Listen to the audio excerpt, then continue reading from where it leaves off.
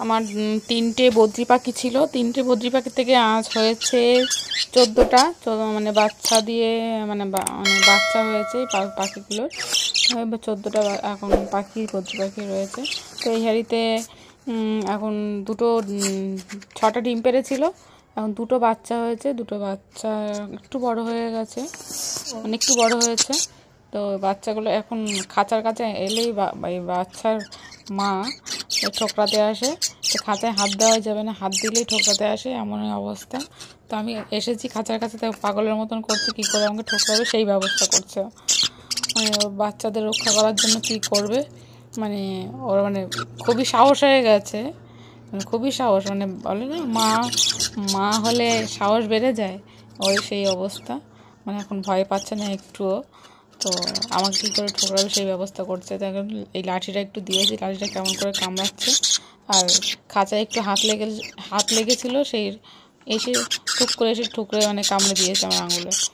তো এখন দেখুন কি অবস্থা, কি করছে দেখুন। লাঠিটা না দিয়ে লাঠির জায়গায় যদি আমার আঙুল থাকতো, মানে আঙুলটা এখন ছিঁড়ে খেত, একদম রক্ত বার করে দিত, এই অবস্থা।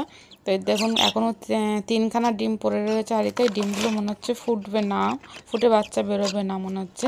তো 3টে বাচ্চা হয়েছিল, একটা বাচ্চা মারা গেছে, 2টো বাচ্চা আছে, আর 3টে ডিম এখনও হাঁড়িতে রয়েছে। জানি না 3টে ডিমের থেকে বাচ্চা বেরোবে কি না। তো একটা বাচ্চা মারা গেছে বলে সেই বাচ্চাটাকে মেডিসিন দিয়ে রাখা হয়েছে। তো এই বাচ্চা বড় হয়ে যখন বেরোবে আবার হাঁড়ি পরিষ্কার করে দেবে, নিজেরাই হাঁড়ি পরিষ্কার করে দেবে একদম। এই হাঁড়ির মধ্যে সব বাচ্চাদের পটি, তো এই পটিগুলো সব পরিষ্কার করে আবার এর মধ্যে ডিম পারবে। তো 2 মাস অন্তর অন্তর ডিম থেকে বাচ্চা বেরিয়ে বড় হতে হতে প্রায় 2 মাস লেগে যায়। তো বাচ্চা বেরোনোর পরে আবার এরা ডিম পারবে। তো এর মধ্যে যেই না হাত ঢুকিয়েছে আরও বেশি পাগল হয়ে গেছে। তো এই বাটিটা নিয়ে, বাটিটা হচ্ছে আমার ঢাল। তো বাটি না থাকলে এক্ষুনি বেরিয়ে আমার আঙুল কামড়ে একদম রক্ত বার করে দেবে। তো খাঁচা মানে খাবারও দিতে পারি না, খাবার দিতে এলেও এমন আসে আমার দিকে তেড়ে, মাঝে মধ্যে বাটি দিয়ে ঢেকে রেখে তারপরে এর মধ্যে হাত দিই। মানে খুব বদ এই পাখিটা, মানে বাচ্চাদের বাঁচানোর জন্য মনে হয় ওভাবে কি আমি ওর বাচ্চাদেরকে মারতে আসছি না নিচে এসছি কীভাবে বুঝতেই পারি না। তো আমি ওদেরকে খাওয়াই, দেখি খাবার দেই, তাও তবুও মানে আমাকে শত্রু মনে করে। খাঁচার থেকে যতক্ষণ না দূরে যাব ততক্ষণও শান্তি নেই, মানে খাঁচার থেকে আমাকে দূরে সরতেই হবে, ততক্ষণও পাগলের মতন করবে আমাকে কামড়ানোর জন্য বা ঠোকরানোর জন্য। অন্য পাখিরা যখন ডিম বাচ্চা দেয় তখন ওদের হাঁড়ির কাছে হাত দিলে কিছুই বলে না, ওরা অতটা ভয় পায় না। কিন্তু এই পাখিটা খুব বদ, মানে খাঁচার কাছে আসলেই শুধু মানে তেড়ে আসে ঠোকরানোর জন্য। তাই ও যতটা বদমাইশি করে আমিও ওর পেছনে বেশি করে লাগি, মানে কত করতে পারে, মানে কত ঠোকরাতে পারে দেখবো। তার জন্য জেদে পড়ে আমি বেশি করে আসি ওকে রাগানোর জন্য। ভালোই লাগে ওর মানে রাগাতে ওকে, এই পাখিটাকে।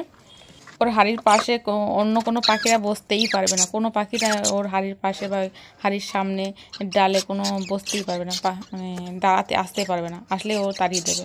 মানে ওর রাজত্ব এই, মানে ওর যে পাশে ওর হাঁড়িটা রয়েছে সেদিকটা ওরই রাজত্ব, কেউ আসতে পারবে না। কিন্তু অন্যদিকে সব পাখিরা একসাথে মিলেমিশে থাকে, কিন্তু ও কারোর সাথে মেলে না, একা একা নিজের মতো নিজে করে থাকবে। এমনকি নিজের বাচ্চাগুলো যখন বড় হয়ে বাইরে বেরিয়ে আসে তখন সে বাচ্চাগুলোকে আর চেনে না, সে বাচ্চাগুলোকেও আর হাঁড়ির পাশে আসতে দেয় না।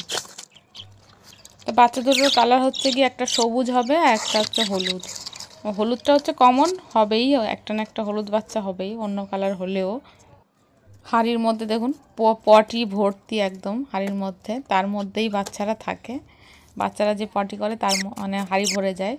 তো বাচ্চাগুলো যখন বড় হয়ে বেরোবে তারপরে হাঁড়ি পরিষ্কার হবে, তার আগে হাঁড়ি পরিষ্কার করবে না, পরিষ্কার করে তারপরে আবার ডিম পারবে।